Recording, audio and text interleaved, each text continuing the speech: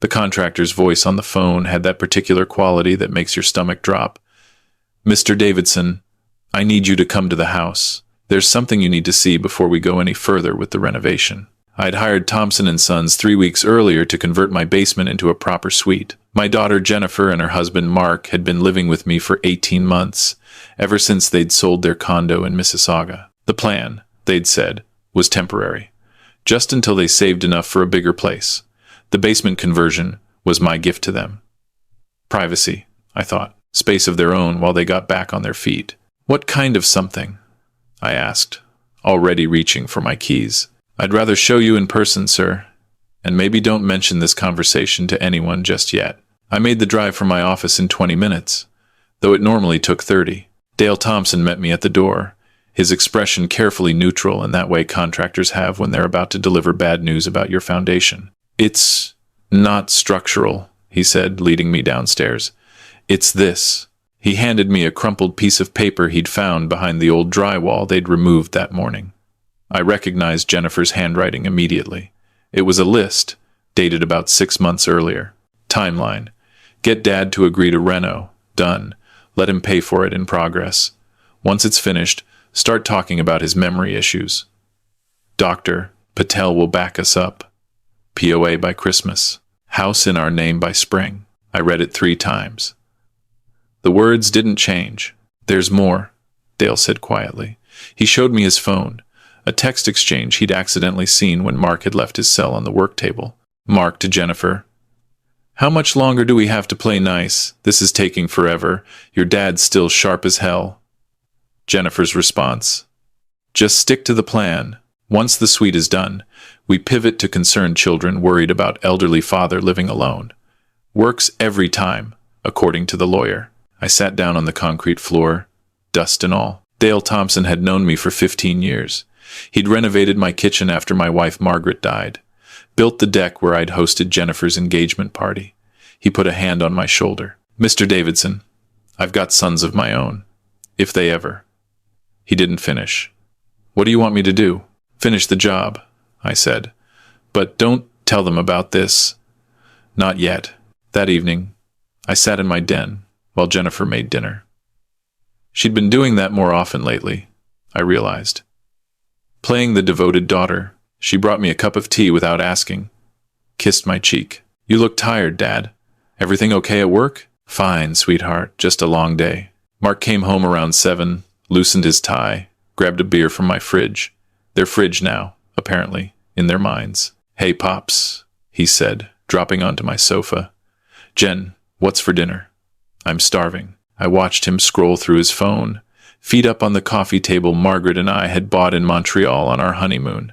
He didn't look like a man planning to steal someone's life. He looked ordinary. That was the terrifying part. Dinner was pleasant.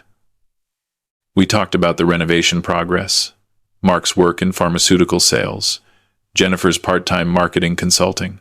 All surface, all performance. I'd become an actor in my own home, and I hadn't even known I'd been cast. After they went downstairs to their temporary bedroom, I pulled out the lockbox from my closet. Inside were all my important documents. I checked them carefully. Everything was still there. But I noticed something. The papers weren't in the order I'd left them. Someone had been looking. I lay awake most of that night, listening to the house settle around me. This house, Margaret and I had bought it 32 years ago when Jennifer was still in diapers. We'd painted every room ourselves, planted the maple tree in the front yard, hosted countless Christmas dinners and summer barbecues. Jennifer had taken her first steps in the hallway upstairs. This was supposed to be her inheritance someday, yes. But someday, when I was gone, not stolen while I was still breathing. The next morning, I called my lawyer. Richard Chen had handled Margaret's estate and my will updates. I trusted him. More importantly, he was discreet. "Richard, I need to ask you something confidential. If someone wanted to have me declared incompetent and take power of attorney, how would they do it?" There was a pause. "Tom, is everything all right? Just answer the question." He explained the process. Medical documentation, affidavits from family members, sometimes a complicit doctor, a judge's approval. "But Tom, this is serious. If you're concerned about..." How do I protect myself? You document everything. You get yourself checked out by an independent physician, establish a baseline of your mental competency. You might consider setting up a trust structure that can't be easily challenged. And Tom? You might want to consider installing some security cameras. If someone's planning what I think you're worried about, evidence is your best friend. I thanked him and hung up. Then I went to Best Buy. The cameras were small, discreet. I installed one in my home office, one in the kitchen, one in the living room. I told myself I was being paranoid, that I'd misunderstood the list, that there was some reasonable explanation. 3 days later, I understood exactly how wrong I was. I'd told Jennifer and Mark I had a dinner meeting with old colleagues. Instead, I parked down the street and watched the camera feeds on my phone from a coffee shop. At 7:43 p.m., Mark went into my office.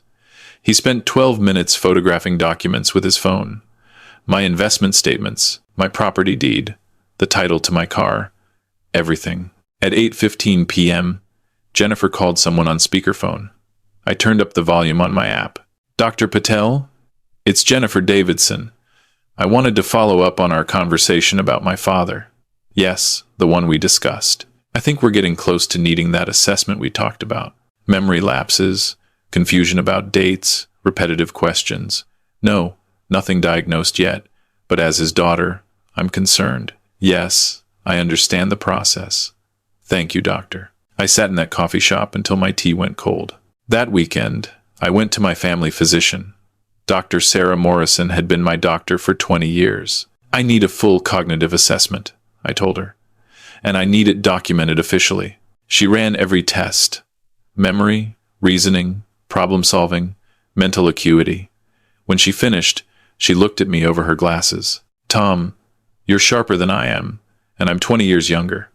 Your cognitive function is excellent. Want to tell me what's really going on? I told her everything. Her face hardened. I know, Dr. Patel. We did our residency together. If he's involved in elder abuse, the College of Physicians needs to know. She printed out my results, signed them, sealed them in an envelope. Keep this safe. And Tom, be careful. People who plan this kind of thing can get desperate. That word, desperate. It stuck with me. The basement renovation finished 2 weeks later. Dale and his crew packed up, and Jennifer insisted on having a celebration dinner. She invited her sister Michelle, who'd flown in from Vancouver for a work conference. Michelle, my younger daughter. We'd always been close, but she'd been distant lately. Jennifer had told me Michelle was busy, stressed with her job in tech. Now I wondered what Jennifer had been telling Michelle about me. At dinner, I watched the dynamic. Jennifer played hostess in my home, serving food, pouring wine. Mark made jokes about finally having our own space and not cramping Dad's style anymore. Michelle was quiet, watching me with odd intensity. After dinner, while Mark and Jennifer were downstairs showing off the new suite, Michelle cornered me in the kitchen. Dad, can I ask you something? Of course, sweetheart. Jennifer called me last month. She said you've been forgetting things, getting confused. She's worried about you living alone. Michelle's eyes searched my face. But you seem fine to me. Better than fine. My heart hammered. What else did she say? That I might need to come back to Toronto more often, to help her make some decisions about your care. Michelle's voice dropped. Because the person she described isn't the person I'm seeing right now. I made a decision. I told Michelle everything. She went pale, then red, then pale again. That list. You're sure it was her handwriting? I've been reading your sister's handwriting since she learned to write. And the cameras, you have proof?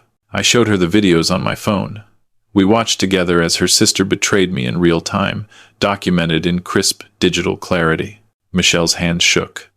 I need to make a call. She stepped outside. Through the window, I saw her pacing, phone pressed to her ear, her free hand gesturing angrily. When she came back in, her face was set. I called my lawyer in Vancouver. She's connecting me with someone here in Toronto who specializes in elder law. Dad, we're going to fix this. The confrontation happened 3 days later, though not the way I'd planned. I came home early from a medical appointment to find Mark in my bedroom, going through my dresser, not even pretending anymore. When he saw me, he didn't look embarrassed. He looked annoyed. You're home early. This is my home, Mark. I don't need permission to be here. He straightened up, and something in his posture changed. The friendly son-in-law mask slipped. About that, Jen and I have been talking. We think it's time to have a serious conversation about your living situation. My living situation? You're getting older, Tom. This house is too much for you. Too many stairs. Too much maintenance. We're worried about you. How thoughtful. He missed the sarcasm entirely. We've been looking at some really nice retirement communities. Full service, activities, people your own age. You'd love it. And this house, well, we'd hate to see it sit empty. Jen and I could take care of it for you. We're already here, and with the basement suite finished. Get out. He blinked. What? Get out of my bedroom. Actually, get out of my house. Tom, you're not thinking clearly. I'm thinking perfectly clearly, Mark. Clearer than I have in months. You have until Friday to remove your belongings. After that, anything left behind will be put on the curb. His face darkened. You can't do that. We have tenant rights. You'll need to evict us properly, and that takes months. We're not going anywhere. We'll see about that. I walked out, got in my car, and drove straight to Richard Chen's office. By Friday, Mark and Jennifer had a formal eviction notice, drafted by Richard and delivered by a process server. They also had something else. A letter from the Ontario College of Physicians and Surgeons, copied to Dr. Patel, indicating that an investigation had been opened into allegations of fraudulent medical documentation for purposes of elder abuse. Jennifer came upstairs that evening, the papers crumpled in her hand. I was in the kitchen, making tea. Dad, this is insane. We're your family. Family doesn't scheme to steal from each other, Jennifer. We weren't stealing, we were trying to help you. I found your list. I've seen the videos of Mark photographing my documents. I heard you on the phone with Dr. Patel, fabricating symptoms I don't have. I turned to face her. I know everything. She opened her mouth, closed it, tried again. Okay, yes, we talked about getting power of attorney. But Dad, you're 67 years old. You need to start thinking about the future. My future, not yours. You don't understand the financial reality. Mark and I can't afford to buy in this market. We've been paying rent for years, throwing money away. This house is just sitting here, and you're in it all alone. It's a waste. It's my waste to make. We're your children. You deserve what I choose to give you, Jennifer, not what you decide to take. Mark appeared in the doorway. His face was ugly now, no more pretense of civility. You're making a huge mistake, old man. You think you're so smart with your lawyer and your cameras? You're alone. You've got no one. Michelle's in Vancouver, and she's not going to fly across the country every time you have a problem. Actually, said a voice from the front hallway, I moved back to Toronto last week. Michelle walked in, carrying a box. New job, better pay, and a condo just 15 minutes away. She smiled at me. Lots of time to spend with my dad. The look on Jennifer's face was something I'll never forget. Betrayal, rage, disbelief. She'd thought she had it all figured out. She'd thought she was the clever one. You're choosing him over your own sister? Jennifer's voice was shrill. I'm choosing the parent who didn't try to steal my inheritance by having him declared incompetent. Michelle's voice was cold. You disgust me. They left on Sunday. Mark's brother came with a truck, and they loaded their belongings in grim silence. Jennifer tried one more time at the door. Dad, please, we can work this out. We're family. You stopped being my family when you started being my predators. The difference matters. I watched them drive away from the front window. The maple tree Margaret and I had planted was brilliant red with autumn color. The house felt bigger without them in it, quieter. Michelle came over that evening with takeout and wine. You okay, Dad? I don't know yet. Ask me in a few months. We ate butter chicken and naan on the back deck, watching the sunset over the neighborhood. The same view I'd had for 32 years. But somehow, it looked different now. Clearer. I talked to my lawyer again, Michelle said. The eviction is solid, and apparently Dr. Patel is in some serious trouble. The college takes fraud very seriously. Good. Jennifer's been calling me, texting. She wants me to talk to you, convince you to drop everything. What did you tell her? I blocked her number. Michelle looked at me. I know she's my sister, But what she did, what she tried to do to you. I reached over and squeezed her hand. Thank you for coming back. Toronto's not so bad. And the condo's nice. You'll have to come see it. I'd like that. We sat in comfortable silence for a while. Then Michelle said, So what are you going to do with that basement suite? It's beautiful. Dale does good work. I'd been thinking about that. I met someone at Dr. Morrison's office last week. Syrian family, refugees. The father works 2 jobs. Mother's trying to finish her nursing certification. 3 kids. They're in a 1-bedroom apartment, struggling to save. Michelle smiled. Seriously? Market rent in Toronto is insane. I don't need the money. They need the space. I shrugged. Your mother would have liked them. The oldest daughter reminds me of you at that age. Fierce, smart, going places. Mom would be proud of you, Dad. I hope so. The Syrian family moved in 3 weeks later. The Khalil family. Rami, Layla, and their children Amir, Sarah, and little Yasmin. They brought me baklava and gratitude in equal measure. Within a month, the house smelled like spices and laughter again. Sarah, the teenager, helped me set up my new tablet. Amir showed me photos of Damascus before the war. Layla brought me Syrian coffee in the mornings when she saw me working in the garden. Rami fixed the garage door I'd been meaning to repair for 2 years. This, I thought, is what family is supposed to feel like. Not obligation, not transaction, just mutual care. Jennifer tried to contact me twice. Once through a lawyer, threatening to sue for unlawful eviction. Richard shut that down with the evidence we'd compiled. Once through a card at Christmas, signed by both her and Mark. We miss you. We're sorry. Can we talk? I threw it away. Michelle asked me once if I'd ever forgive Jennifer. Maybe, I said, someday. But not today. And not because she's sorry she got caught. It's been 14 months now. I still live in my house. Still wake up in the bedroom I shared with Margaret. Still tend the garden she loved. But I'm not alone. Rami and I watch hockey together on Saturday nights. Layla taught me to make fattoush. The kids call me Uncle Tom, and little Yasmin draws me pictures that I hang on my fridge. Michelle comes for dinner every Sunday. Sometimes she brings her new boyfriend, David, who's nice enough, though I'm withholding judgment. We're in no rush. I think about Jennifer sometimes.